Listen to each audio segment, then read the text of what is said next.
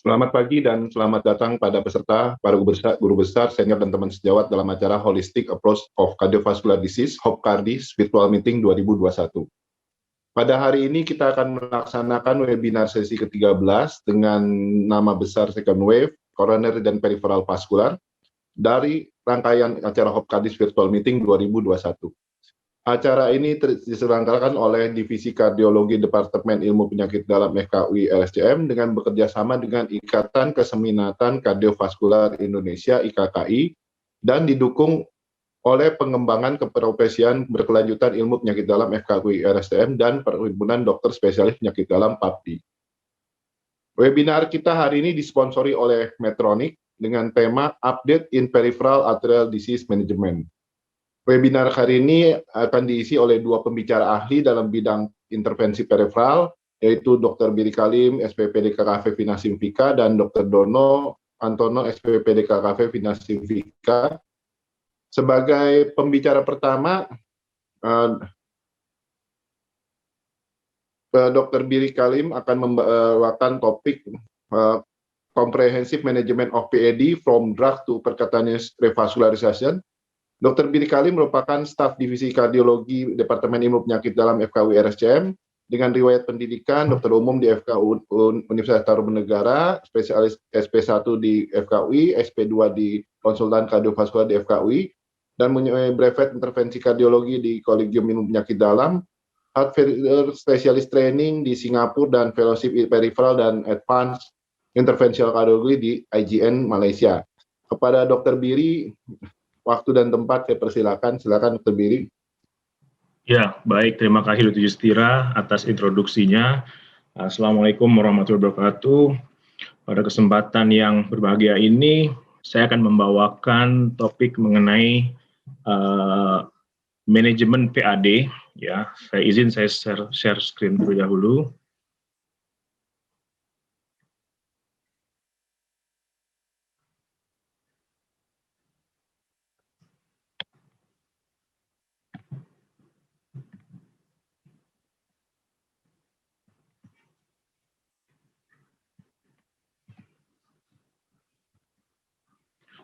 Ya, seperti kita ketahui, dengan kemajuan knowledge, kemajuan pemeriksaan imaging tambahan, kita seringkali menemukan kasus-kasus PAD, di mana memerlukan penanganan yang khusus dan juga komprehensif, mengingat banyak sekali faktor resiko yang terlibat dalam kajian penyakit arteri perifer yang memerlukan penanganan yang spesialistik, di mana memerlukan beberapa modalitas manajemen. Jadi ini topik yang akan saya bawakan mengenai comprehensive management of PAD from drug to percutaneous revascularization. Jadi saya awali dengan slide ini, di mana presentasi klinik penyakit PAD itu sendiri memang ditenggarai oleh aterosklerosis. Jadi kalau semua kelainan aterosklerosis itu bisa melibatkan penyakit aorta, penyakit jantung koroner, dan penyakit arteri perifer. Cuma sesuai topik pembicaraan pada pagi hari ini, semua kelainan dari jantung kita sebut sebagai perifer. Ya, jadi dan penyakit arteri perifer itu sendiri melibatkan berbagai macam teritori, yaitu baik itu melibatkan otak yang kita sebut stroke, kemudian ekstremitas atas, arteri mesentrika, penyakit arteri renalis, hingga lower extremity artery disease dengan tampilan klinisnya berupa claudicatio, atypical symptom, hingga manifestasi yang berat yaitu chronic limb threatening ischemia atau CLTI, hingga acute limb ischemia. Jadi memang sebetulnya slide ini sudah menunjukkan dari patofisiologi, teritori, hingga tampilan klinisnya. Dan bagaimana dengan PAD clinical syndrome? Jadi penyakit peripheral artery disease memang tampilan klinisnya itu 50% memang mengalami asimptomatik. Jadi tidak ada keluhan dan seringkali progres dari gejala yang tidak khas sebesar 33% hingga keluhan-keluhan yang klasik seperti claudicatio yang mencapai 15% hingga manifestasi yang berat, yang the most severe form dari penyakit arteri perifer ini ialah critical limb ischemia dan acute limb ischemia sebesar 1-2%. Ini yang memerlukan penanganan khusus karena target akhirnya adalah kita harus melakukan limb salvage atau jangan sampai pasien jatuh pada kondisi harus dilakukan amputasi misalnya. Tentu mengawali assessment pasien dengan PAD memerlukan assessment yang secara menyeluruh atau komprehensif, di mana kita harus kaji riwayat dari keluarga. Jadi family history terkait coronary artery disease, stroke, penyakit aorta dan lain mesti kita assess. Kemudian dari pasien yang itu sendiri yang bersangkutan juga harus kita nilai personal history-nya. Ada nggak faktor risiko hipertensi, diabetes, dyslipidemia, bagaimana kebiasaan, apakah dari riwayat merokok, ada nggak riwayat sakit gagal ginjal sebelumnya, hingga sedentary lifestyle. Kemudian ada tidak riwayat cancer atau radiasi dulu, faktor-faktor psikososial, dan juga riwayat stroke. Dan tentu beberapa pertanyaan ini, karena sudah saya sampaikan di awal slide tadi, kelainan arteri perifer itu tidak hanya, itu di luar kelainan di jantung, sehingga pertanyaan-pertanyaan terkait kelainan neurologis, vertigo, dan masalah nyeri perut dan lain juga sebagai kita tanyakan sebagai bentuk assessment awal. Nah, terkait penyakit arteri perifer, lower limb peripheral artery disease, tentu pertanyaan-pertanyaan seperti nyeri saat istirahat atau saat aktivitas, kemudian ada nggak luka yang tidak sembuh, terus kan bagaimana kapasitas fungsional pasien, hingga kemampuan pasien untuk mengalami masalah genitalia, yaitu disfungsi ereksi. Karena seringkali kalau ada kasus-kasus misalnya dia mengalami oklusi atau stenosis di daerah ortoiliac yang membuat sumbatan ke iliaka interna, di mana iliaka interna itu memperdarahi arteri pudenda, tentu pasien akan mengeluhkan adanya disfungsi ereksi. Sehingga memang ini merupakan beberapa poin yang penting dari medical history pasien harus kita assess kaitannya penyakit arteri perifer atau peripheral artery disease. Nah, setelah kita mengkaji, kita mengakses medical history-nya, tentu kita harus lakukan pemeriksaan lanjutan, yaitu pemeriksaan fisik. Ya tentu untuk spesial atau khusus untuk lower limb atau ekstremitas bawah, tentu harus kita nilai secara inspeksi kondisi kakinya, pertumbuhan rambutnya, ada nggak muscle atrophy, itu mesti kita perhatikan betul, hingga manifestasi peripheral neuropati yang harus kita nilai. Kita lanjutin dengan pemeriksaan darah, ya, seperti gula darah, lipid profile, fungsi ginjal, dan lain sebagainya. Tentu pemeriksaan ankle brachial index merupakan pemeriksaan yang sangat penting. Jadi kita mengukur tekanan dari ankle dan brachial, ya, kita bandingkan. Kalau dia kurang dari 0,9 tentu menggambarkan dia PAD. Sehingga ini merupakan keterampilan yang wajib dimiliki oleh sejawat sekalian, karena tentu dengan pemeriksaan AB ini kita bisa menilai pasien itu mengalami PAD atau bukan. Saya lanjutkan dengan clinical stage dari lower extremity artery disease. Jadi tentu berdasarkan klinisnya, tentu dikelompokkan berdasarkan klasifikasi Fontaine, atau juga misalnya sejawat ingin menggunakan Rutherford classification, salah satu intinya adalah dia bisa menggambarkan clinical status dari kondisi lower extremity artery, ya. Kalau stage 1 berdasarkan klasifikasi Fontaine tentu dia asimptomatik, 2 sudah ada claudicatio, 3 ada ischemic response, dan yang keempat mulai ada luka atau ulcer atau terjadi gangren. Serupa dengan Rutherford classification, memang dari yang 0 asimptomatik, kemudian 1, 2, 3 menunjukkan adanya claudicatio, tinggal gradasinya mild, moderate, severe, kemudian sudah ada ischemic response. Kalau di Fontaine dia stage 3, tapi di Rutherford dia sudah masuk 4. Kemudian pada kondisi yang berat berdasarkan Rutherford, yaitu adanya kerusakan jaringan atau tissue loss, baik itu minor maupun mayor bila dia sudah kategori 6. Ini merupakan diagnosis assessment awal. Jadi kalau berdasarkan rekomendasi, duplex ultrasound diindikasikan sebagai first line imaging method untuk mengkonfirmasi ada tidaknya lower extremity artery disease. Dia rekomendasi 1C. Kalau kita lihat dua gambar bawah ini merupakan gambaran USG Doppler, dan kemudian yang lainnya adalah modalitas lain seperti CT, MRI, hingga yang gold standar yaitu dilakukan arteriografi. Dan kita masuk pada medical therapy, ya. Jadi pasien dengan peripheral artery disease, tentu best medical therapy yang harus kita terapkan ialah pada populasi pasien diabetes dengan PAD, kontrol gula darah ketat merupakan hal yang sangat yang paling direkomendasikan, yaitu rekomendasi 1C berdasarkan ISC Guideline 2017. Dan pemberian antiplatelet pun direkomendasikan pada mereka PAD dengan hipertensi, itu pun kita harus mengontrol tensinya kurang dari 140/90, dan ini rekomendasinya lebih kuat lagi, 1A. Dan tentu saran untuk berhenti merokok, menerapkan good healthy diet atau modifikasi lifestyle, aktivitas fisik, itu juga harus kita terapkan. Kemudian pemberian statin pada semua pasien PAD sebagai untuk menstabilkan plak, dan target pengelolaan kolesterol LDL kurang dari 70, ini direkomendasikan untuk pasien dengan PAD. Slide berikutnya menunjukkan pilihan atau pengobatan antiplatelet terapi pada pasien dengan lower extremity artery disease. Jadi kalau pada bagan atau algoritma ini, kita lihat pasien-pasien PAD yang memerlukan antiplatelet. Jadi dia bila terjadi simptomatik berdasarkan panduan ini, dia single antiplatelet. Ya, rekomendasi 1A. Baik pilihannya baik itu aspirin atau clopidogrel. Dan kalau mereka kita lakukan revaskularisasi, tentu kita berikan double antiplatelet selama 1 bulan pertama, dilanjutkan single antiplatelet. Tapi tentu saja ini kita mengawal, ini hanya panduan. Tetap penerapan jenis antiplatelet, durasi atau lamanya tetap kita berdasarkan tiap-tiap dokter yang merawat, berdasarkan kondisi tiap pasien yang tentu saja berbeda-beda. Bagaimana pasien yang memerlukan oral antikoagulan?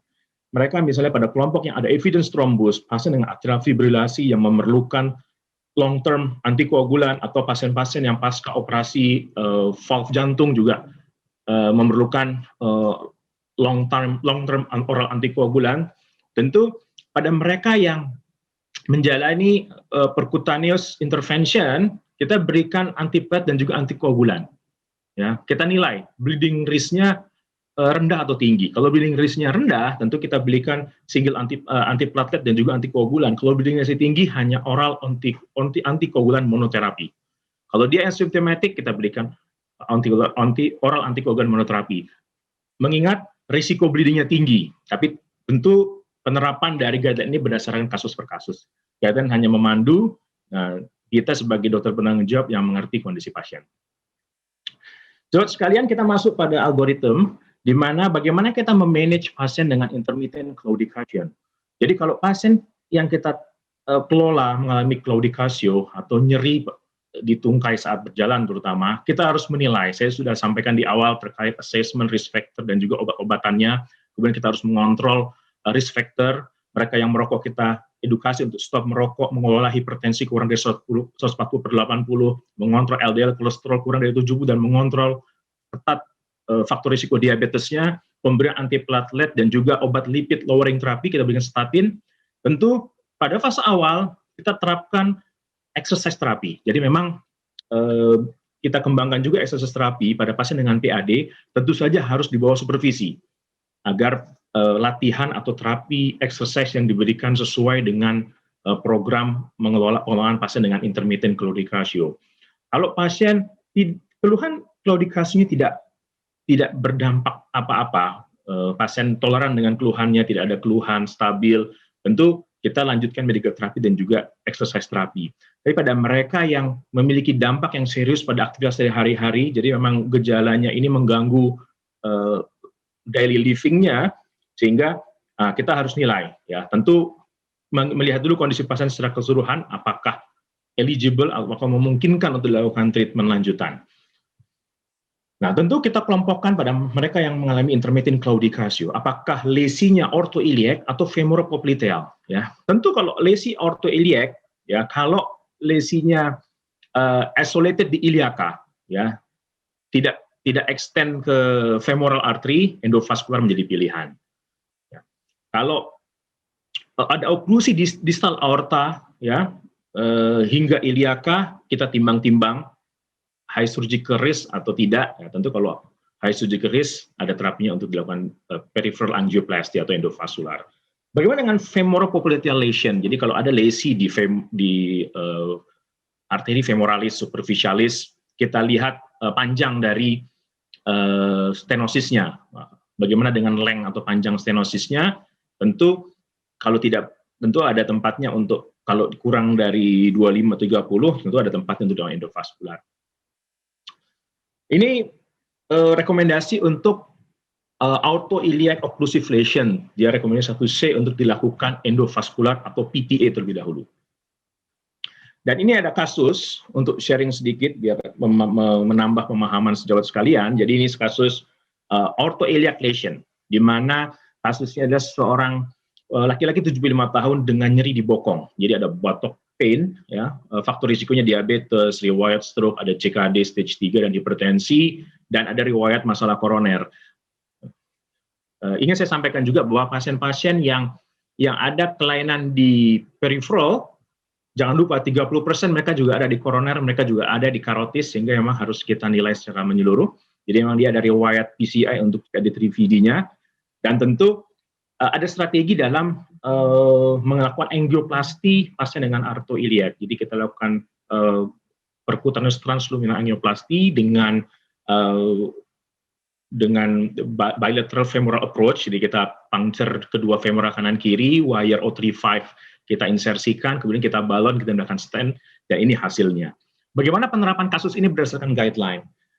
Maka kalau kita kembali pada 2 slide sebelumnya terkait algoritma pengelolaan ortho-iliac lesion, jadi kalau pada kasus tadi memang oklusinya ada di distal aorta dan juga turun hingga iliaka, ya. Jadi memang pas di bifurkasio distal aorta dan juga iliaka, jadi ada kedua ostial iliakanya terkena. Nah tentu, dan mengingat pasien usia 75 tahun dengan beberapa banyak komorbid, kita klasifikasikan sebagai high surgical risk, sehingga kita fokuskan dengan endovaskular. Jadi apa yang sudah dilakukan memang sudah menerapkan guideline untuk intermittent claudicatio. Selanjutnya untuk kasus kedua, jadi memang ini PTA untuk CTO-LSFA, ini penerapan, kita coba menerapkan algoritma tadi untuk kasus-kasus femoropopliteal, di mana laki-laki 68 tahun dengan keluhan claudicatio, faktor risikonya diabetes dan hipertensi, juga pernah riwayat PCI 2 tahun sebelumnya. Jadi memang dengan strateginya adalah dengan crossover antegrade puncture, dengan support microcatheter, wire bisa tembus sehingga kita bisa predilatasi dan dipasang stent, dan ini hasilnya. Dan kalau kita melihat pada algoritma, untuk femoropopliteal lesion, kalau kita lihat kasus tadi memang cukup panjang. Tapi memang dia tidak ada riwayat prosedur endovaskular sebelumnya, maka memang ada tempatnya untuk dilakukan endovaskular, dan kasusnya berhasil kita tembus dan kita pasang stent. Dan kalau tadi medical therapy sudah kita diskusikan, kemudian kapan kita lakukan revaskularisasi. Nah, ini untuk kasus yang khusus, yang spesifik. Jadi memang untuk kasus peripheral CTO intervention, memang ada tempatnya untuk kita lakukan percutaneous revaskularisasi. Untuk femoropopliteal peripheral CTO lesi, terutama mereka yang ada claudicatio. Jadi kalau kita lihat Rutherford kelas 2 dan 3 dengan moderate hingga severe claudicatio, di mana gagal dengan pengobatan medical therapy dan juga SS terapi, ini indikasi untuk dilakukan intervensi perkutan pasien dengan peripheral CTO. Kemudian pasien juga dengan Rutherford 4 dan 5, jadi ada ischemic rest pain, adanya minor dan tisulos, ya, juga ini indikasi. Jadi sudah ada luka, sudah ada ulcer, ada claudicatio moderate, severe, itu indikasi untuk kita lakukan revaskularisasi. Bagaimana dengan below the knee? Tentu, seperti kita ketahui secara anatomi, ada 3 vessel di bawah lutut, below the knee, yaitu peroneal, tibialis arteri, dan tibialis anterior, dan tibialis arteri posterior, di mana kalau dia ada ischemic rest pain, ada minor tissue loss, ada major tissue loss, ya, Rutherford kategori 4, 5, 6, indikasi untuk kita selamatkan vesselnya. Minimal ada one vessel run-off yang mengisi ke distal, sehingga bisa menyuplai aliran darah hingga plantaris dan juga dorsalis pedis. Ini algoritmanya kalau kita melakukan intervensi revaskularisasi untuk CTO. Tentu kalau kita melihat ada 4 kriteria. Bagaimana dengan proximal cap-nya, target vessel-nya. Kalau memang tidak ada, tentu kita lakukan antegrade.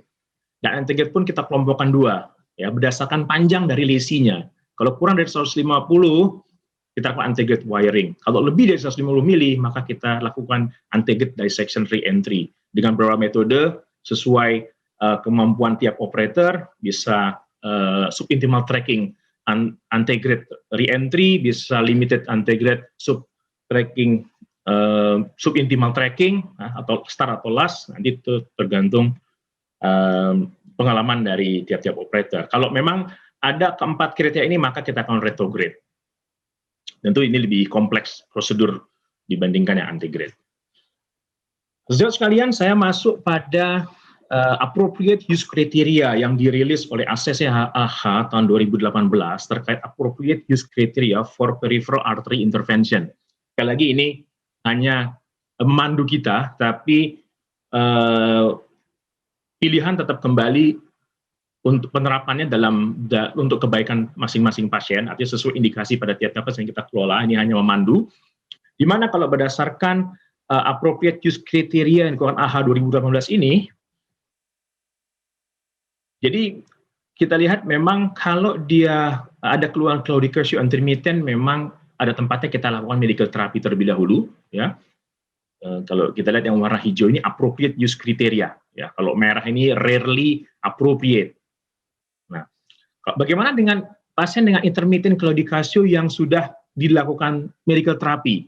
Nah, tentu kalau dia tidak respon, ya tetap medical terapinya kita lanjutkan, dan untuk kasus aortoiliaka dan SFA pulpitea memang harus dilakukan endovascular terapi, harus dilakukan PTA.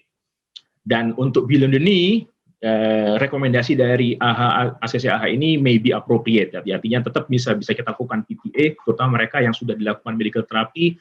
Despite medical therapy masih ada keluhan, tentu di situ ada tempatnya untuk dilakukan endovascular treatment.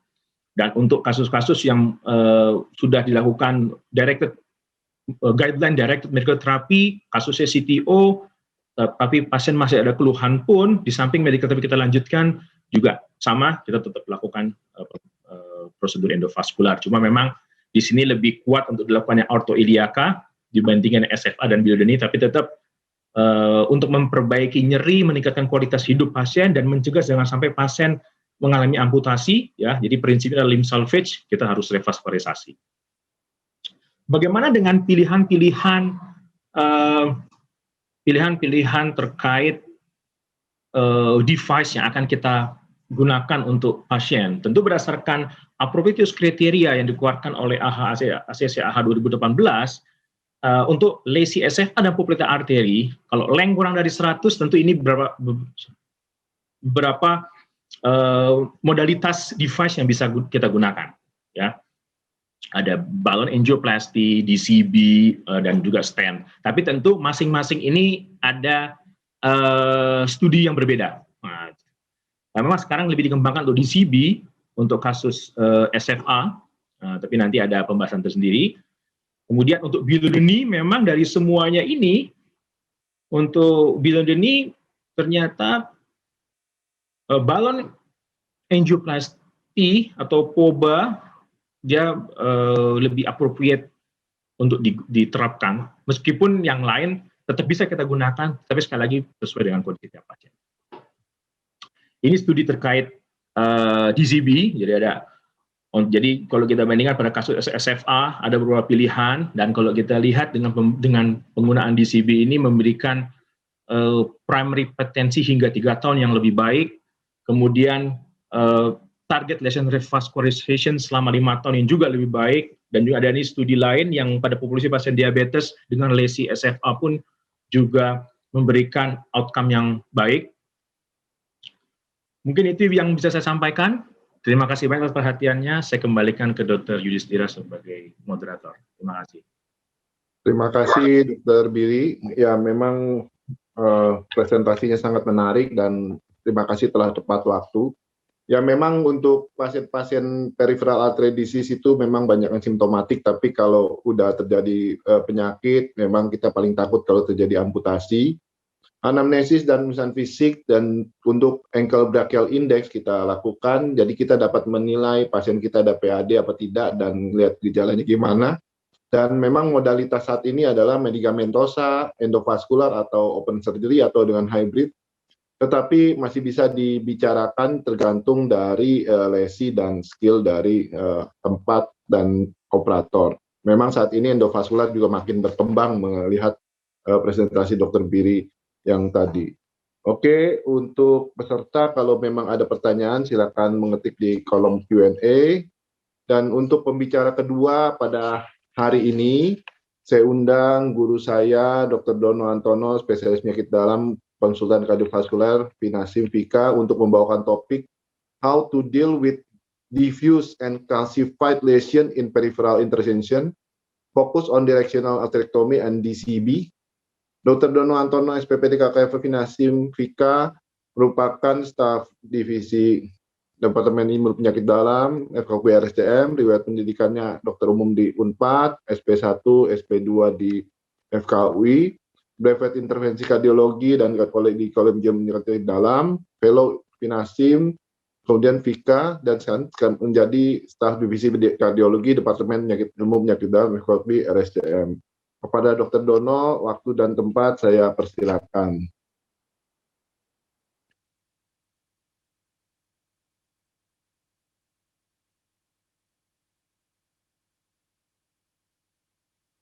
Assalamualaikum warahmatullahi wabarakatuh. Terima kasih Dr. Yudhistira atas introduksinya. Pada kesempatan ini, saya mendapat tugas untuk membawakan how to deal with diffuse and calcified PAD lesion. Jadi pada sesi ini saya akan fokus pada directional atherectomy dan drug-coated balloon, ya, atau disingkat DCB. Untuk prevalensi dan patogenesis dari penelitian yang bersangkutan dengan masalah ini, ada pasien-pasien 650 subjek penelitian yang memperlihatkan 61% itu aterosklerosisnya mengalami kalsifikasi pada arteri karotis, coronary, pada proximal atau distal aorta, atau pada arteri iliaka. Dan kalsifikasi ini meningkat secara eksponensial pada lebih dari 23 pasien yang bersangkutan dengan umur, terutama di atas 70 tahun. Dan ada juga dari studi kohort, ada 4.000-an pasien juga mengalami kalsifikasi antara 31 sampai 55% pada waktu 7,8 tahun. Ya. Kemudian berapa sebenarnya prevalensi vaskular yang yang simptomatik PAD belum diketahui. Jadi proses terjadinya kalsifikasi seperti pada kita di sini itu akibat dari abnormalitas daripada kalsium dan fosfat balance. Nah, itu terjadi hiperfosfatemia, kemudian hiperkalsemia yang berpengaruh terhadap vaskular, kemudian juga medical kalsifikasi di sini seperti sel seperti tulang dan kartilago, kemudian mengalami metabolisme yang menginjus sel vaskular selnya, terjadi apoptotic body, sel lipid oksidasi dan sebagainya, dan mengalami aterosklerotik kalsifikasi ya pada subintimal lipid deposition hingga terjadi lipid oksidasi, sel sitokin, kemudian juga dari faktor hormonal, medikasi, obat-obat seperti warfarin, vitamin K, dan sebagainya ini juga mempengaruhi terhadap kalsifikasi, dan juga ada hilangnya faktor inhibisi ya dari contohnya pirofosfat ya dan sebagainya. Nah, ini akan menyebabkan kalsifikasi pembuluh darah. Untuk deteksi dari kalsifikasi dari pembuluh darah kita bisa dapatkan dari CT ya atau CT scan, kemudian MRI, dari USG Doppler, kemudian kita bisa menghitung dari pulse wave velocity, bisa kita lihat juga ekokardiografi, kemudian dari X-ray kan pemeriksaan ankle brachial index. Di sini kita menghitung terjadinya kalsifikasi ini ada istilahnya pada pembuluh darah perifer, yaitu Peripheral Arterial Calcium Scoring System yang singkat PACCS. Di sini memperlihatkan bagaimana keterlibatan intimal dan medial vessel wall yang mengalami kalsifikasi pada target lesion, dan kemudian di-assess dengan fluoroskopi yang high intensity dan DSA. Jadi di sini kita grade 1 sampai 4, yaitu yang 0 itu tidak ada visible kalsium pada target lesi. Grade 1 unilateral kalsifikasi kurang 5 cm, terlibat atomic mix, sampai dengan yang grade 4 bisa dilihat di sini ya, yang bisa mengalami bilateral kalsifikasi dan lebih dari 5 cm, melibatkan intimal calcification, medial calcification, dan atau mix calcification.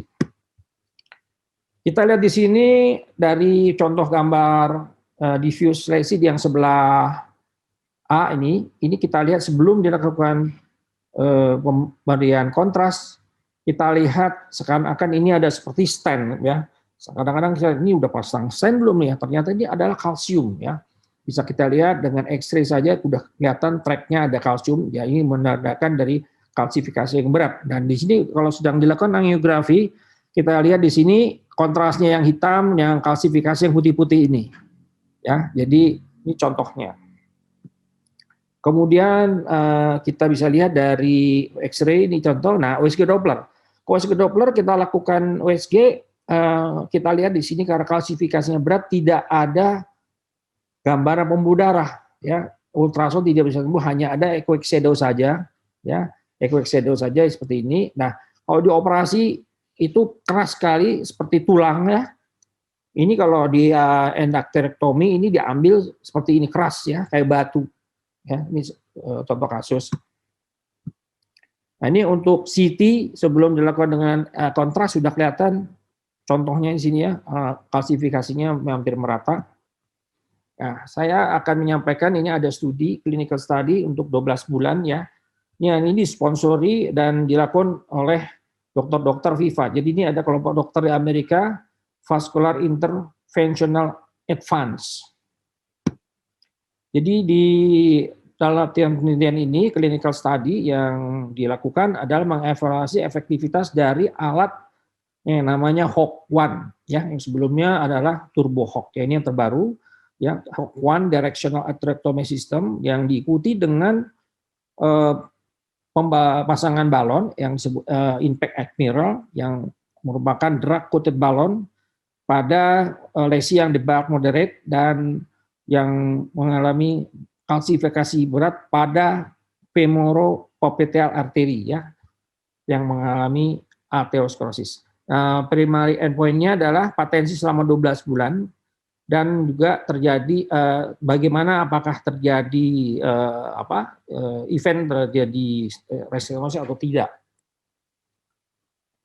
Kemudian bebas dari MACE adalah major adverse event selama 30 hari follow up. Dengan primary investigator adalah Dr. Krishna Rokhasing, ini ahli peripheral ya, dan Dr. Brian de Rubitz ya, dan Dr. Viva.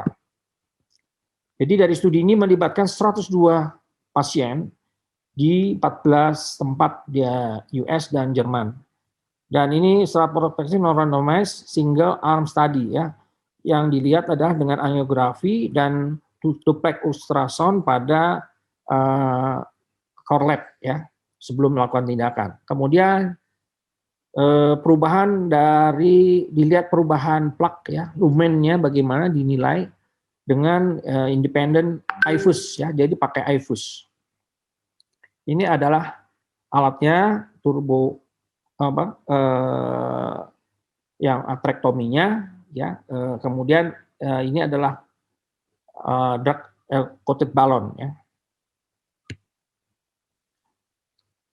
Dari lesion study ini untuk pasien dan lesion karakteristiknya ini pasien diabetes 84,3%, kan pasien mengalami PAD 74,5% dan ada CAD 61,8%. Kalsium bilateral kalsium 82,6%, 67,6 itu bilateral kalsium tapi diameternya lebih dari panjangnya lebih dari 5 cm. Dan yang grade-nya ini lebih berat yang kedua, yang pertama PACSS-nya 3 grade 3 dan 4. Dan rata-rata panjang lesi 17,9 cm dan CTO ada 39%. Ini bisa kita lihat sini kalsium seperti ini yang 80%, diameter stenosis pada baseline 88,6%. Jadi dari reality study ini kita lihat ada 86,2% unmatched kalsium ya untuk bilateral ya, tadi sudah saya sampaikan 67,6, kemudian complete outcome-nya 92,6% dan patensinya 76,7%.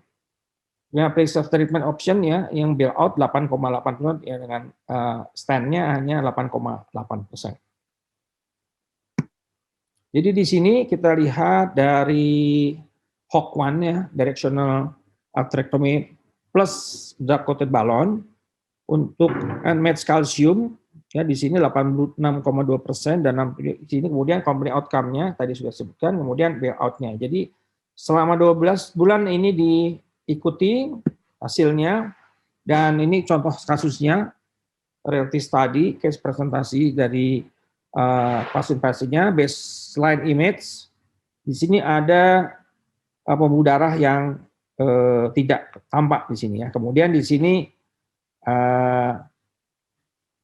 kalsium yang tampak di sini pasien ini dengan diabetes, hipertensi, hiperlipidemia, bekas merokok, Rutherford kategori 3 simptom dengan AB 0,75, panjang lesi 30 cm ini, kemudian total okklusinya panjangnya 10 cm dan kalsiumnya sangat berat ya, severe. Sini kita lihat dengan alat treatment dengan HOC1 itu directional atherectomy system menembus CTO-nya, kemudian ini setelah selesai di atherectomy kemudian diimplan balon sepanjang yang dilakukan daerah yang di directional atherectomy. Di sini hasilnya setelah dikerok hasilnya bagus alirannya ya, kemudian follow up 30 bulan follow up itu masih paten ya. Kita contoh kasusnya ini. Kemudian HOC1 directional atherectomy system ini bagaimana indikasi, kontraindikasi dan bagaimana peringatan dan instruksinya harus hati-hati penggunaannya ya, itu karena ini ada hal khusus setiap device dan indikasinya adalah pada atherectomy ini diindikasikan pada pasien dengan kalsifikasi dan harus memakai alat namanya embolic protection device ya namanya Spider FX ya di sini untuk terapi ini. Kemudian HOC1 ini tidak bisa dipakai untuk coronary, carotis atau iliac atau renal ya.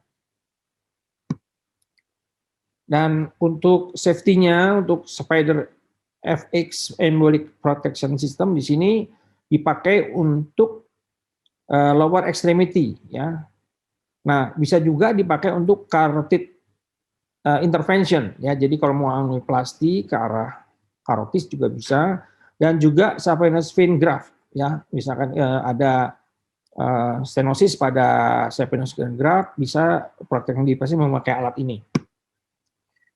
Untuk improve patensi endovascular treatment pada kasus-kasus ini adalah screening PAD dulu, kemudian bagaimana medical management, kemudian endovascular treatment, drug-coated balloon, PTA, kemudian apakah stent, bypass, amputasi. Jadi kalau yang sebelah kiri itu less invasif, kalau di sini bypass, amputasi adalah yang invasif. Ya. Sini ada downgrade the lesion, upgrade the outcome. Ya.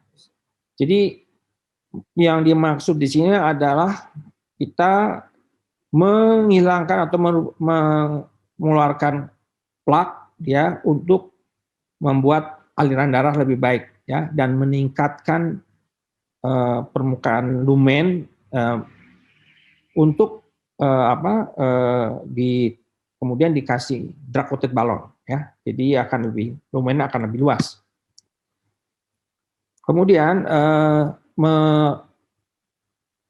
mengambil plak dan reduce stenosis. Di sini kita lihat seluruhan lesi dasar 73,6% menjadi 24,3% ya setelah di directional atherectomy. Kemudian keluhan claudicatio baseline stenosis 72 menjadi 23,9, ini claudicatio-nya menurun. Kemudian critical limb ischemia juga dari 75,9% menjadi 25,6. Jadi total reduksi 66 sampai 67%. Jadi upgrade the outcome di sini masukkan adalah bailout stent, jadi nggak pakai stent 3,2% dan improve blood flow, ya memperbaiki aliran darah dan secara signifikan memperbaiki nilai ABI. Ya. Dan untuk outcome untuk aliran darah untuk parametri hipertensi 12 bulan 78%. 90% critical limb ischemic tidak mengalami amputasi. Dan untuk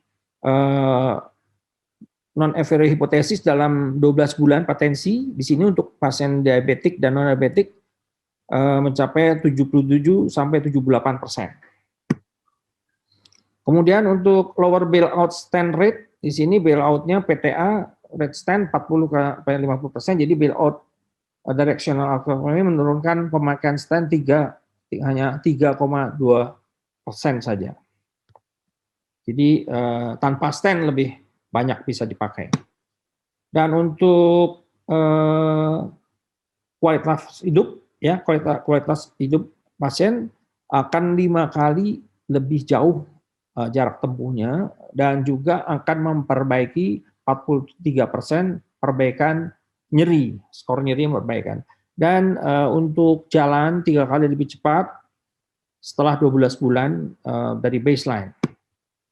Jadi improve Rutherford classification ya. Jadi memperbaiki Rutherford klasifikasi tadinya 3 menjadi 1 ya baseline, kemudian yang ini claudicatio, ini critical ischemia. Inilah alatnya yang namanya HOC1 directional atherectomy system ya. Cukup mudah memakainya. Ini alat menggunakan ada pisau di sini. Nah, pisaunya untuk mengerok plak baik yang calcified ya maupun yang keras seperti tulang ini bisa ikut. Jadi secara langsung memotong ya, kemudian membuat partikel kecil masuk ke dalam penampung di sini. Dan yang sebagian yang jatuh ditangkap oleh distal protection device. Ya, jadi ini adalah alatnya ya, kemudian cepat dan mudah. Dan yang device ini yang dibandingkan dengan alat lain untuk dibandingkan dengan orbital, laser atau rotational di sini diameternya itu lebih maksimal dan mengembalikan alirannya lebih baik karena dia dikerok ya, jadi yang terbawa banyak. Kemudian mengobati kalsium yang berat yang pada permukaan yang kalsium berat akan terbawa, hilang ya. Jadi mengobati soft moderate juga plak ya. Kemudian target eccentric plak distribusinya, target eccentric disease, kemudian target sequential disease juga sini paling tinggi nilainya dibandingkan yang lain. Nah, ini contohnya awalnya seperti ini ya. Ini ada okklusi total, subtotal mungkin ya. Total sini tidak ada aliran. Kemudian setelah wire menembus dikalahkan kerokan pertama. Kemudian dikerok yang kedua. Jadi ini secara rotasi di 1 derajat per derajat dari misalkan mulai dari jam 6 kemudian naik jam 9, naik jam 12, jam 3 ya, harus begitu. Nah, setelah 8 kali lewat ya di antara itu juga dikerok lagi 8 kali akan terbuka dan ditambah kemudian setelah pemberian drug coated balloon ya.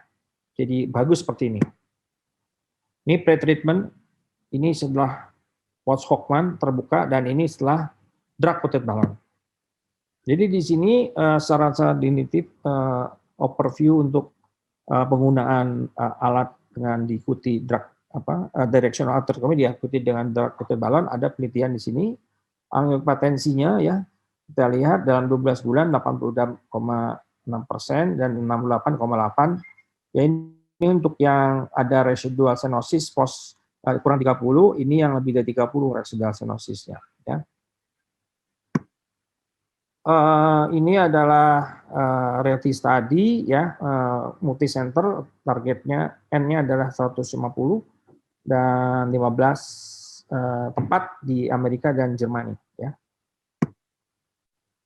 Jadi yang penting di sini adalah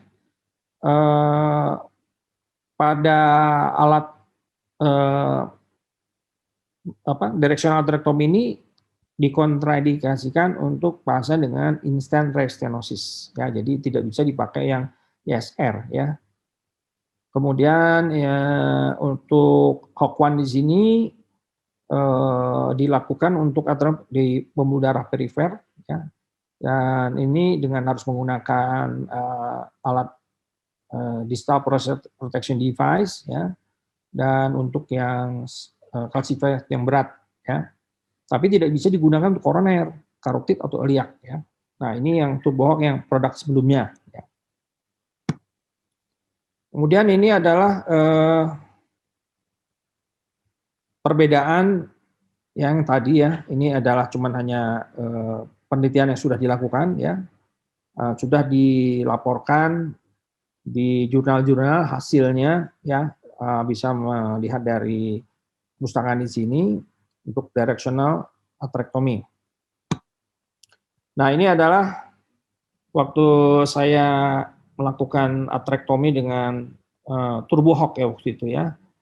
Ini membuka pembuluh darah femoral ya. Ini sedang melakukan atherectomy ya. Nah, ini ada alatnya seperti bor ya. Jadi kita mengerok pembuluh darahnya itu secara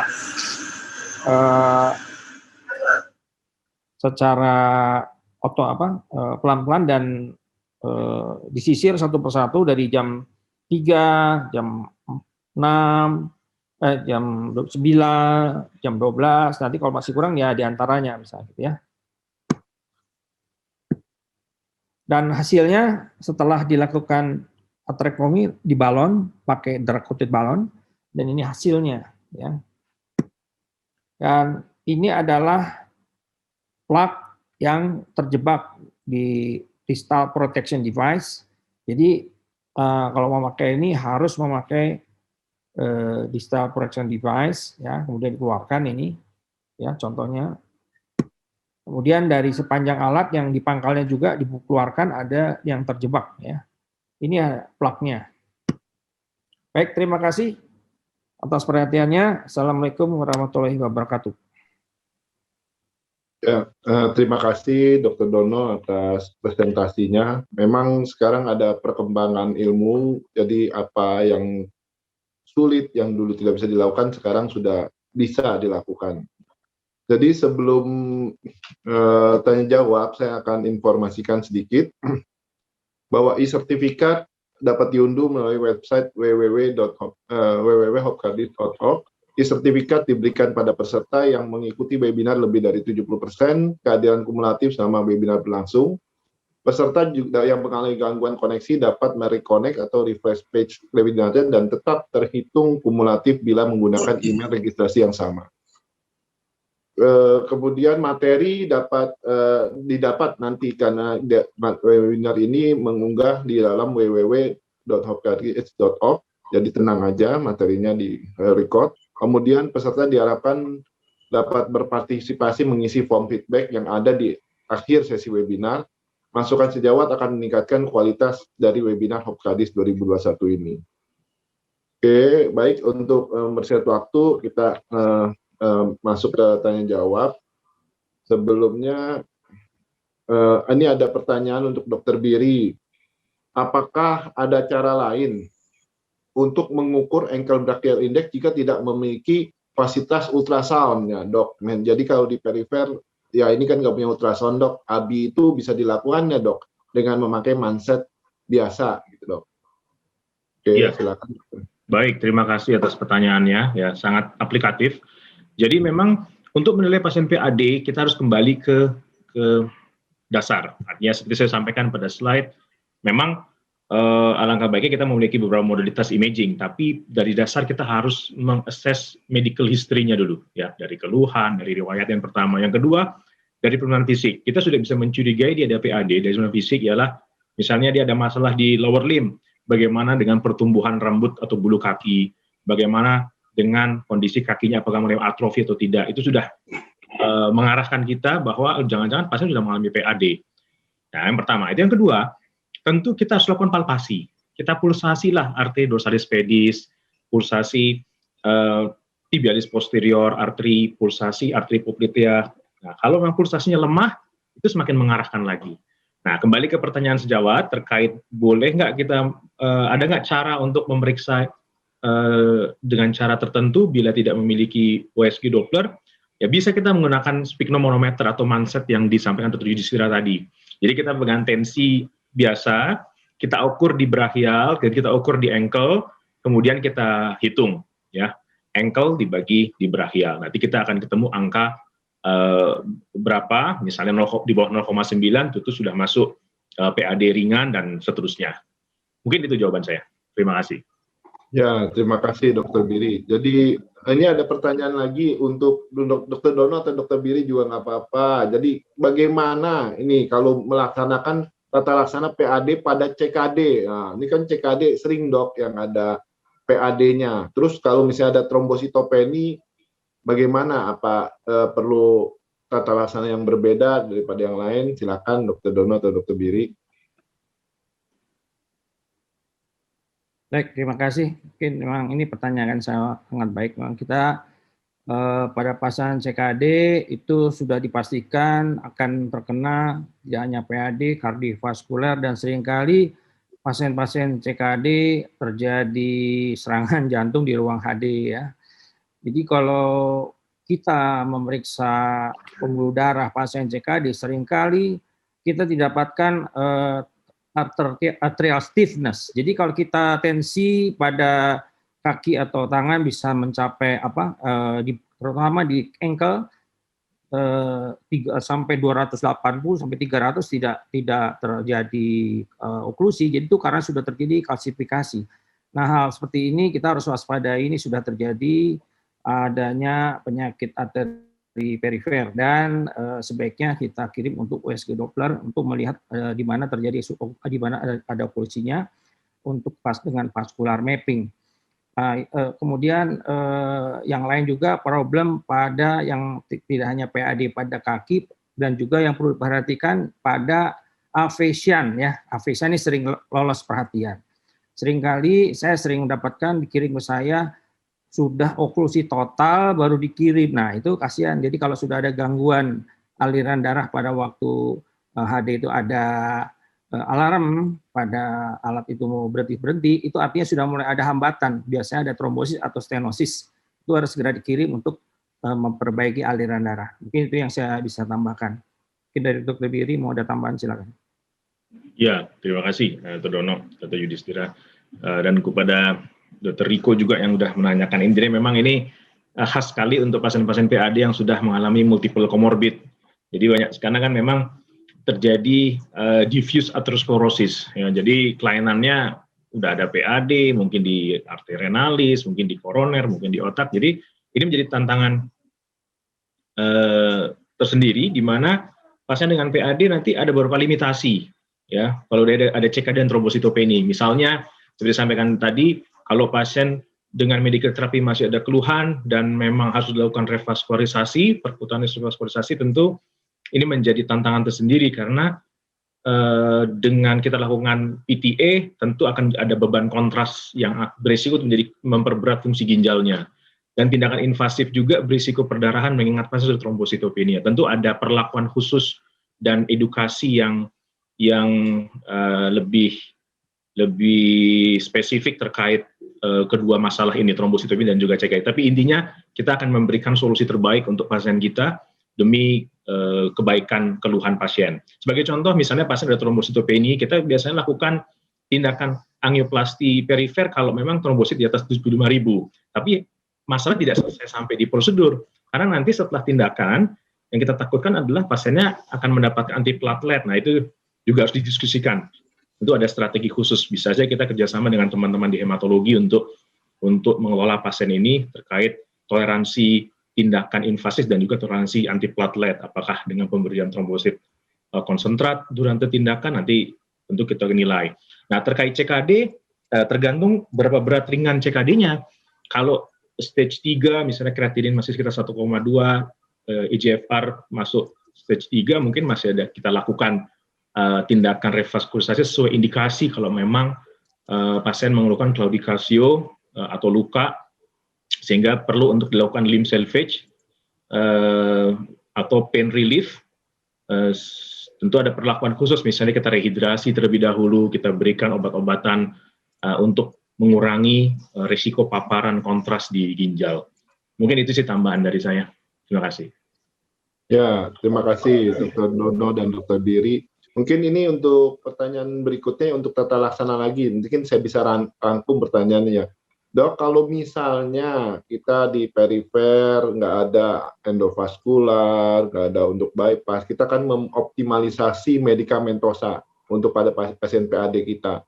Pertama, statin, Dok. Statinnya itu targetnya berapa? Terus kemudian ada pilihan statin tertentu nggak untuk pasien-pasien PAD kita? Kemudian untuk fosfodiesterase inhibitor, PDE3 inhibitor pada PAD, apakah ada berguna? Kemudian kalau misalnya antiplatelet atau misalnya untuk vasodilator itu perlu diberikan nggak pada pasien-pasien kita yang melalui PAD, karena kita kan nggak punya fasilitas endovaskuler atau bypass. Untuk Dr. Dono dulu atau Dr. Biri dulu, silakan untuk pertanyaannya. Nah, baik, terima kasih. Mungkin saya dulu aja. Jadi tadi pertanyaannya mengenai tata laksana yang menyangkut obat ya. Medikamentosa, Dok. Optimalisasi medikamentosanya, ya. Bagaimana? Optimalisasi medikamentosa, Dok. Jadi obat-obat apa aja yang penting bagi PAD kita. Untuk PAD tentunya kita pertama kita dapatkan ini suatu ada PAD, ada keluhan claudicatio, kita cari apa kausanya, apakah ada komorbid lain seperti hipertensi, kemudian diabetes, dislipidemi, ya kita akan kendalikan semuanya. Ya untuk dislipidemi sama halnya seperti koroner ya. Jadi yang kita pilih yang sudah terjadi oklusi total, sudah tahu ada sampai terjadi amputasi jarinya segala. Jadi udah high risk. Jadi tetap jadi high affinity yaitu dipakai atorvastatin dan rosuvastatin. Dan targetnya kita ikut yang terbaru itu kalau sudah terjadi PAD event di bawah 55 ya. Yang sedikit 70 atau yang cukup parah di bawah 55 mg per desiliter. Kemudian untuk obat-obatan vasodilator kita bisa gunakan silostazol 2 kali 50 mg, maksimal bisa sampai 2 kali 100 mg kalau tidak ada kontraindikasi. Jadi diberikan antiplatelet, diberikan vasodilator, kemudian satu lagi bisa ditambah dengan atau salah satu samping itu bisa memakai berapros ya, berapros atau di BPJS sudah ada 20 mikrogram bisa berikan 3 kali. Itu juga bisa membantu keluhan claudicatio. Kemudian apalagi tadi ya? Rilis apalagi tadi setelah itu? Itu, Dok. Jadi statin, kemudian antiplatelet bagaimana, Dok? Oh, ya antiplatelet tadi sudah saya sampaikan sama seperti halnya kalau mau ada koroner mau PCI ya di sini kita berikan double antiplatelet ya. Kalau PAD masih belum ada tanda-tanda mau dilakukan tindakan ya cukup dirikan satu yaitu aspirin saja atau clopidogrel. Tapi kalau kita akan menghadapi yang berat, yang critical ischemia, yang tentunya ini akan menghadapi yang neoplastik, langsung berikan double antiplatelet, clopidogrel atau ticagrelor disertai aspirin. Itu mungkin ya. ditambah tadi silostazol untuk vasodilatornya. Dokter Biri mungkin ada tambahan. Dokter Biri, silakan sekalian ditambahkan, Dokter Biri, antiplateletnya sampai berapa lama nih? Ada pertanyaannya nih. Oh, udah lengkap deh Dokter Dono tadi. Ya, kalau bicara antiplatelet seperti hanya koroner, bisa jadi long life. Karena kan mekanisme patofisiologi kan aterosklerosis, dia akan seterusnya. Tinggal nanti kita nilai pasien itu low atau high bleeding risk, perlu nggak hanya single antiplatelet atau double, atau kita combine dengan antikoagulan sesuai dengan indikasi tiap pasien. Tapi tentu untuk antiplatelet akan long life. Dan terkait tadi ada pertanyaan tentang fosfodiesterase inhibitor 3, yaitu memang silostazol, tadi sudah dijawab Dr. Dono, memang ada tempatnya. Tapi memang fosfodiesterase inhibitor 3 ini memang tidak masuk dalam guideline ISC. Ya, dia hanya menyebutkan aspirin, clopidogrel, nggak masalah, tapi emang ada studi terpisah di mana fosfodiesterase 3 inhibitor ini memang bermanfaat. Udah ada beberapa studi dan penelitian, kalau kita searching di PubMed, ada uji animal pada tikus, kemudian pada populasi pasien PAD juga banyak. Jadi memang sebetulnya ada tempatnya. Dan dari studinya itu yang dinilai adalah bagaimana working capacity, jadi perbaikan dari kapasitas fungsional pasien setelah diberikan fosfodiesterase inhibitor 3 atau silostazol itu. Jadi sebetulnya kalau dari parameter klinisnya memang menunjukkan perbaikan, sehingga memang ada tempatnya untuk diberikan fosfodiesterase 3, kemudian ada juga vasodilator berapros, tadi sudah disampaikan Dr. Dono. Ya, pada intinya semua memberikan outcome yang baik, terutama secara subjektif. Ya, tapi memang untuk mereka yang masih simptomatik, ya tentu kalau sejawat menemukan kasus-kasus PAD sudah diberikan optimal medical treatment, ya tentu harus dirujuk untuk dilakukan tindakan endovaskular atau PTA untuk hasil yang lebih baik, yang dimana tujuan akhirnya jangan sampai pasien quality of life-nya jelek karena terganggu, dan juga terganggu karena mengeluh nyeri kan. Jadi ada tujuan relief pain dan juga tujuan limb salvage atau menyelamatkan kaki jangan sampai diamputasi. Ini tambahannya. Saya mau tambahkan Dr. Yudis. Ya, silakan Dok. Nah, kita menemukan ada PAD tiba-tiba terjadi nyeri yang lebih hebat dari biasanya. Ini merupakan tanda kondisi akut limb ischemia. Jadi akut on chronic limb ischemia. Nah, kalau terjadi semacam ini, jangan lupa kita harus tambahkan, diberikan antikoagulan, apapun ya, boleh heparin unfraction atau diberikan low molecular weight heparin. Nah, itu harus diperhatikan kalau tiba-tiba terjadi nyeri yang lebih hebat dari biasanya, karena seringkali terlambat. Tandanya yaitu tiba-tiba jari-jari jadi dingin, itu yang awal, atau sudah berubah agak pucat. Ya, jangan ragu-ragu untuk memberikan antikoagulan, karena kalau terlambat, yaitu langsung nekrosis. Kadang-kadang baru sadar setelah jarinya menghitam, terus ascending nekrosisnya, itu sudah terlambat, mungkin sudah tidak bisa diselamatkan lagi, tinggal amputasi. Nah, kalau sudah hitam semua dikirim, ya percuma, mendingan nggak usah dikirim, tinggal amputasi ya, karena sangat berbahaya kalau kita diamkan dalam keadaan sudah vital, bisa terjadi reperfusi injury kalau kita lakukan vaskularisasi. Jadi perlu juga diketahui kapan tanda-tanda terjadinya akut limb ischemia ya, atau masuk dalam critical limb ischemia, itu yang perlu diperhatikan.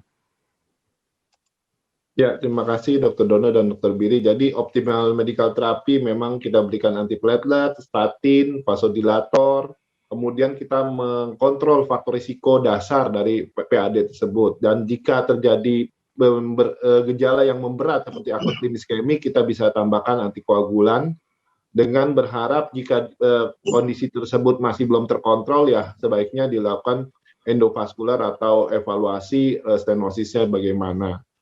Ini ada pertanyaan untuk Dr. Dono. Dok, turbohawk itu bisa nggak Dok kalau di lower extremity atau below knee Dok? Ini dari Dr. Didi Dok. Ya, baik, terima kasih. Jadi untuk ukuran alat ini Ada yang kecil sampai 2 mm. Jadi selain di femoral, bisa juga ke pretea, bahkan sampai ke arteri below-knee ya, tibialis anterior, tibialis posterior, sampai situ saja bisa. Tapi sampai masuk ke arteri dorsalis pedis nggak bisa karena sudah terlalu kecil. Jadi bisa sampai ke arteri below-knee yang 3 cabang itu bisa masuk. Ada ukuran yang kecilnya, ya saya lupa, bahkan mungkin sampai yang kalau salah kecil itu 2 mili apa 1,5 gitu ya, itu bisa masuk. Ya, jadi ada ukurannya masing-masing. Mungkin lebih jelasnya nanti dari alat metronik ya, kalau ada peragaan bisa ditanyakan. Ya, terima kasih dok. Jadi memang kadang-kadang kita menemukan kasus biloni, kadang-kadang kita dapat yang femoropopliteal atau aortoiliac. Mungkin dok, mungkin dokter Biri atau dokter Dono, nih kalau misalnya kita lakukan tindakan balon atau drug coating balloon atau stent itu, tadi kan dokter Biri udah menerangkan, kira-kira pilihannya bagaimana. Mungkin nggak dok mampet ulang lagi dok, dan kira-kira berapa lama dok itu mampetnya kira-kira? Ya, maksudnya restenosis ya? Betul dok, ya. Kan ya. Takutnya ini kita mesti jelaskan ke pasiennya dok. Ya, jadi begini, untuk terutama lesi di femoral, dari studi kalau kita memakai bare metal stent biasa itu memang restenosisnya tinggi dan seringkali fracture stentnya ya karena dinamis. Nah, ada stent yang baru yaitu dari stent yang lebih kuat yaitu Supera. Nah, itu yang lebih anti kinking, anti patah. Kemudian nah yang lebih baik lagi ya ini dengan atherectomy karena tidak ada stent yang dipasang dan juga lumennya lebih lebar. Kemudian di studi reality ini diberikan drug-coated balon, itu potensinya bisa 76% ya. Jadi akan lebih panjang. Jadi akan lebih baik dengan memakai kombinasi 2 alat ini ya. Dan kalau lesi below-knee itu tergantung dari lesinya ya. Kalau memang tadinya lesinya ini CTO semua panjang, kita berhasil buka dan ngapur semua, memang lebih baik kita pakai atherectomy ya, karena seringkali terjadi recoil ya, recoil. Jadi kalau recoil, kalau selama pengalaman saya tidak pakai Hawk-1 ini, saya pakai stent ya, pakai stent. Tapi memang kecurangannya kalau stent kan ini stent koroner yang dipakai. Nah, itu juga bisa fraktur ya, bisa fraktur. Tapi pengalaman saya yang pertama itu bertahan sampai 8 tahun masih paten dengan stent biasa. Karena ini sudah dia tidak jalan lagi, tidak aktif, nah sudah usia lanjut umur 80-an, ya hanya di kursi roda, paling jalan ke kamar mandi saja, itu bisa paten sampai 8 tahun sampai pasiennya meninggal karena stroke. Ya, waktu itu ya. Jadi kasus per kasus semua. Kalau pasiennya masih aktif, ya sebaiknya kita pakai Hawk-1 ini kita dengan atherectomy. Jadi diharapkan kemudian dilanjutkan dengan drug-coated balon. Itu akan mungkin lebih patennya lebih untuk restenosisnya lebih sedikit ya. Ya tentunya memang namanya juga hanya di balon saja, tergantung dari kondisi compliance dari pasien itu, dia baik tidak pengendalian LDL-nya, kemudian diabetesnya terkendali atau tidak, itu juga berpengaruh ya. Kalau semua baik, itu potensinya lebih panjang. Dan memang bolak-balik bisa tiap 6 bulan, setahun sekali itu harus dibalon ulang, memang akan terjadi. Halnya di koroner ya, hampir sama. Tapi mungkin di kaki lebih cepat ya, bisa lebih cepat daripada koroner. Mungkin itu saja. Terima kasih. Ya, Dokter Biri ada tanggapan, ada tambahan? Ya memang sudah lengkap dari Dr. Dono. Jadi memang intinya adalah penggunaan atherectomy adalah untuk seperti halnya koroner. Jadi untuk memodifikasi plak. Jadi dengan kita membuka stenosisnya dan memperbaiki profil plaknya, sehingga lebih mudah untuk kita revaskularisasi dan juga untuk outcome jangka panjangnya risiko restenosis juga lebih rendah. Jadi memang memang hal yang cukup baik, sehingga memang alangkah baiknya kalau kasus-kasus dengan kalsifikasi kita lakukan atherectomy terlebih dahulu, sehingga untuk mempertahankan patensi jangka panjang kalau kita revaskularisasi. Gitu Dokter Yudis tambahan. Ya, mungkin ini ada pertanyaan yang perlu jawaban singkat kira-kira. Dok, kalau misalnya gangguan pada afesian, apakah ada alternatif lain selain imaging dengan USG Doppler, Dok?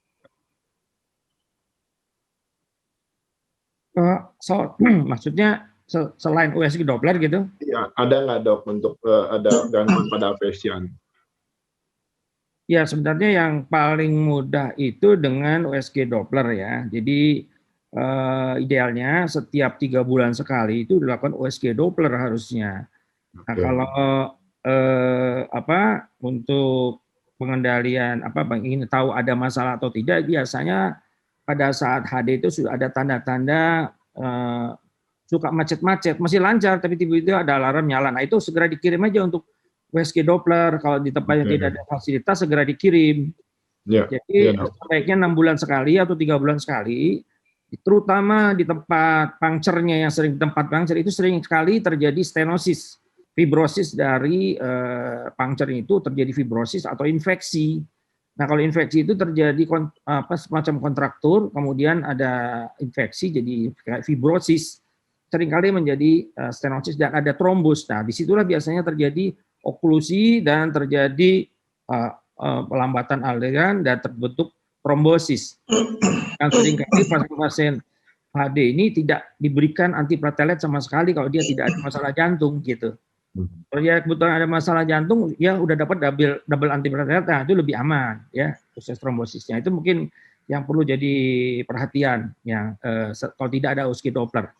Dan diperhatikan trilnya. Jadi jawab sekalian, perhatikan trilnya atau harus menjalar sampai ke lengan ya, di bahu. Kalau yang bagus itu trilnya kedengeran sampai di bahu. Kalau sudah tiba-tiba penjalanan trilnya hilang hanya di sekitar afesan saja, itu sudah mulai ada terjadi alirannya yang kurang baik. Jadi harus dikirim untuk USG Doppler. Itu aja peringatan dari saya. Walaupun HD-nya masih lancar ya. Ya, oke. Baik Dok, terima kasih. Ini ada pertanyaan sedikit untuk Dokter Biri kali. Kalau ada pasien dengan late onset STEMI, kemudian ada akut limb iskemik juga, yang mana dulu Dokter Biri nih yang mesti dikerjakan? Ini memang pasien susah nih, mungkin singkat aja Dokter Biri. Ya, pada prinsipnya memang kita selamatkan jantung dulu. Tapi kalau kiranya misalnya pasien STEMI late onset, Philip 1 ya, dan stabil ya, jadi udah pain free, udah nggak ada keluhan, dan ternyata kakinya kalau kondisi ALI itu kan sebetulnya resiko amputasinya besar. Ya kalau memungkinkan ya simultan, ya dua-duanya kita kerjakan. Tapi nanti kita banyak pertimbangan tuh, pertimbangan cost, pertimbangan kontras, terutama itu. Tapi kalau memang kiranya yang ALI-nya lebih emergency, ya karena kan kalau ALI itu sendiri di samping risiko amputasi dia juga risiko sepsis. Ya. Karena jadi tentu kita mungkin kalau dengan catatan kondisi stabil lewat onset STEMI-nya ya kita pilih ALI-nya. Tapi memang ini pilihan yang nggak mudah. Tapi tentu kalau misalnya ALI STEMI-nya masih chest pain, ada tanda-tanda aritmia misalnya, elevasinya masih dalam golden period, ya tentu STEMI-nya kita prioritaskan. Oke, terima kasih Dokter Biri. Saya tambahkan Dokter Yudis. Ya Dok. Saya punya pengalaman, saya pernah 2 kali kasus bersamaan. Jadi unstable angina, high risk unstable angina karena pain-nya crescendo, kemudian jadi akut itu kerjakan bersama-sama. Begitu selesai dipasang stent, langsung turun ke bawah, tapi hanya sejauh aspirasi trombus ya. Aspirasi dengan kateter, yang penting sudah ada aliran masuk ke satu pembuluh darah, terbentuk kolateral, kan nanti berikutnya sama juga heparin. Jadi hemat saya kita harus selamatkan bersama-sama. Jadi langsung dilakukan, ya ini kan tergantung dari pembiayaan ya, kalau BPJS begitu, tapi kalau swasta semua dibayar tuh tidak ada cerita satu-satu, dua-duanya sekaligus gitu ya. Karena ini sama-sama life threatening juga kalau kita terlambat. Jadi prinsipnya kita kalau ini akut sedapat mungkin kita lakukan revaskularisasi cepatnya, kemudian diaspirasi trombus. Karena kalau Ali juga kita buka balon-balon saja sudah aliran itu sudah cukup. Yang penting ada flow masuk ke distal pembuluh darah, itu sudah cukup. Nah, dilanjutkan heparingisasi. Nanti sesi berikutnya baru kita balon ulang untuk pembuluh darah yang lain yang belum terbuka atau ditambahkan stent, itu step berikutnya. Ya dok, terima kasih Dr. Dono dan Dr. Biri. Kita ada kebanggaan tersendiri, ada hari ini Prof. Santoso mau nanya nih sedikit tentang peripheral artery disease. Jadi terima kasih Prof. Santoso yang dalam kolom chatnya mau bertanya, mungkin dibantu dengan ini admin Prof. Silakan Prof, mau bertanya langsung tentang apa Prof? Prof. Santoso, guru saya ini. Terima kasih Prof. Selamat pagi Prof. Saya menikmati dan belajar banyak dari Dr. Biri dan Dr. Dono. Saya terima kasih. Saya diberi pelajaran banyak oleh Dr. Dono dan Dr. Dini. Saya ingin sedikit memberi komentar. Saya nggak tahu apakah alatnya persis sama, tapi alat atherectomy yang seperti ini dulu ditemukan oleh John Simpson. Sekarang dia udah retired, waktu itu dia dapat banyak sekali penghargaan dengan mendapatkan ini. Dan saya zaman dulu itu banyak sekali menggunakan atherectomy. Dan saya tapi untuk koroner dan nggak untuk peripheral.